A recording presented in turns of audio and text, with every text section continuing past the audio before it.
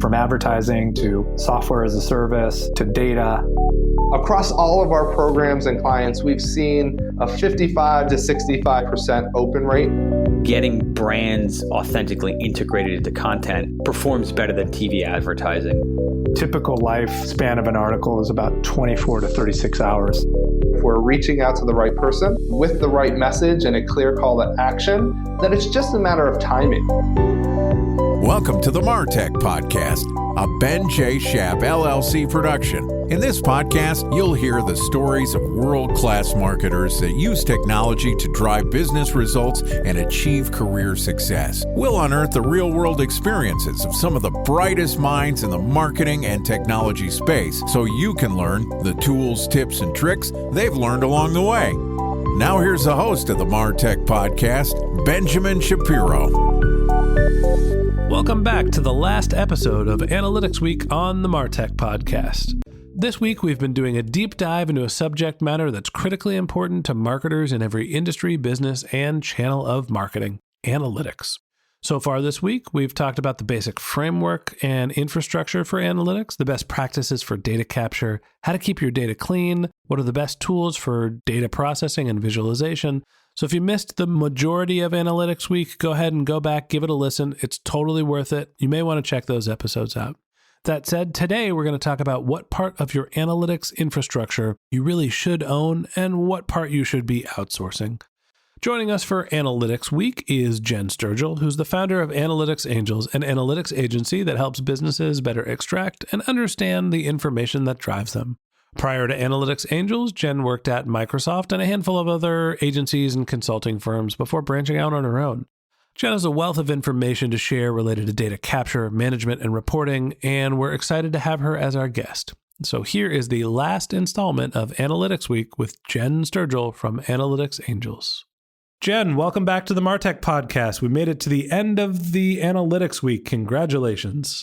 Thanks, Ben. So it's been a pleasure to have you here, and to land the plane, what I want to do is talk to you a little bit about what companies should be trying to own in-house and where does it make sense to outsource your analytics. Obviously, this is something that you have a vested interest in. So tell me a little bit about some of the companies that you work with and why did they make the decision to outsource their analytics and data?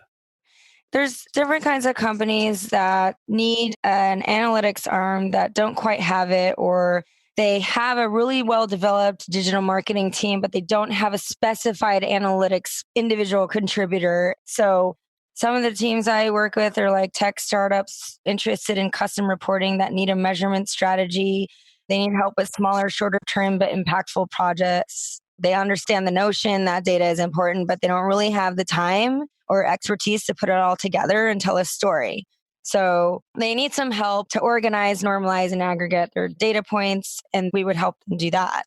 And then there's marketing agencies. Say the VP of marketing or CMO runs a digital marketing and branding agency, and they need help building out some analytics services. Their company is like growing super fast.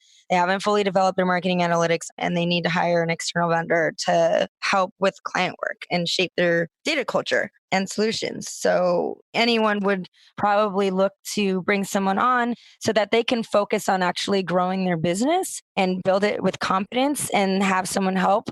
And for Analytics Angels, we believe in doing things side by side with our clients. So we're not just coming in like a traditional consultancy, doing a bunch of things and then leaving you hanging. We actually coach you along the way so that when we leave, you have a really good grasp on what you need to do to move your marketing business forward. Talk to me about what business leaders should think about investing in analytics. Is there a figure that they should be thinking? Is there a percentage of revenue? What is the cost associated with building good quality analytics? It's not a cookie cutter answer, to be honest. It depends what the business needs, what their budget is, what is their business model, how many clients do they have, what tools do they have. When I go in and I meet with a new client, I ask all these questions. I do a market audit. I do a staff audit. I just see what they have, what resources they have, technology, staff-wise. What is their analytics literacy level?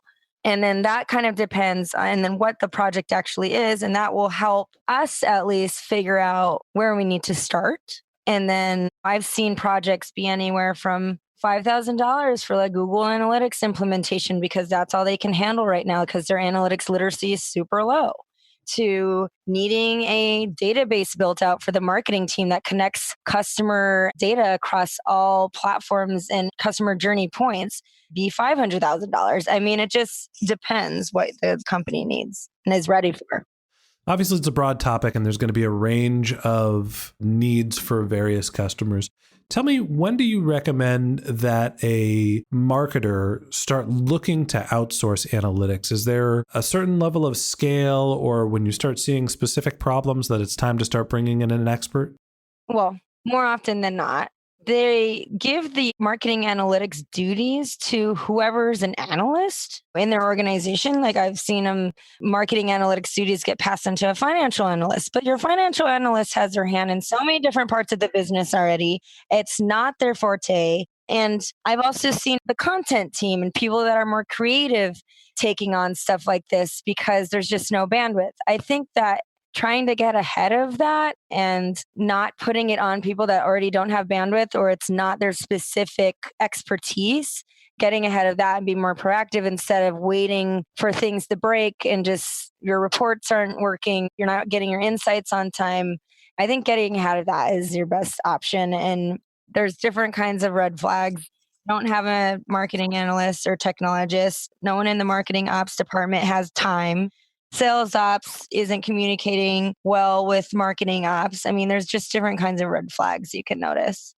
Not to put words in your mouth, but it sounds like if you have somebody that has an English degree or is primarily a writer, it might be time to bring in a specialist to help look at your analytics. And at the end of the day, it sounds like this is a broad topic where different companies are going to have different needs and different tool sets. Are there any places that you can go or resources that you recommend for people that are trying to evaluate whether their analytics setup is the right one for their business, whether they have too much going on, whether they're not staffing up enough? What's the direction you send people if they're interested in learning more about what analytics solution is right for them?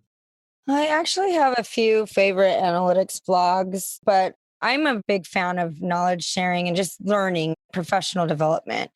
If you really want to learn about it, I mean, I would go to any online school or webcast or go to any of these tools like Tableau, look at some of their webcasts, Google Analytics, look at their webcasts. I would even go to like lynda.com or Coursera or marketingprofessionals.com and read some of their articles and white papers and watch some of their seminars that are recorded and some of their online courses and see where your analytics literacy is as an individual, and see where the gaps are that you have and what you need to outsource.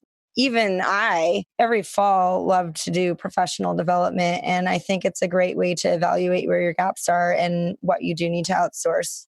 I think that's great advice. Before we let you go, tell us a little bit more about Analytics Angels for people that are interested in getting in touch with you or having you do some of the evaluation of their services. How could people get in touch with you? Yeah, you guys can reach out to me at Jenn, Jenn, at analyticsangels.com, or you can tweet me at analyticsangel.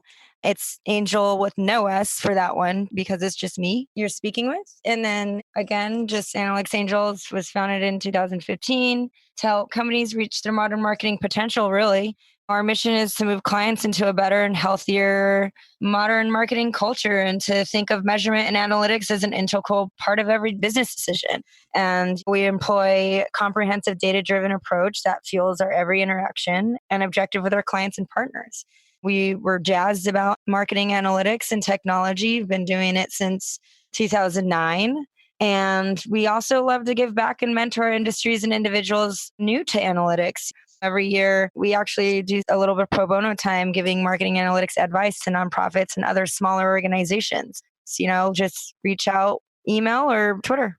Great. Well, Jenn, thank you so much for being our guest for Analytics Week. And we've made it to the finish line, so congratulations. And that wraps up Analytics Week on the MarTech podcast. Thanks to Jenn Sturgill from Analytics Angels for joining us. If you'd like to learn more about Jenn and her business, go to analyticsangels.com.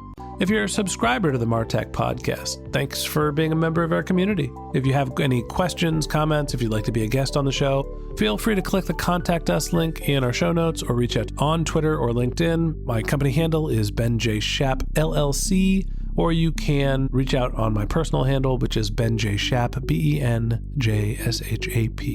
If you haven't subscribed yet and you want a weekly stream of marketing and technology knowledge in your podcast feed, we've got some great episodes lined up over the next few weeks. So hit the subscribe button in your podcast app and we'll be back with you next week.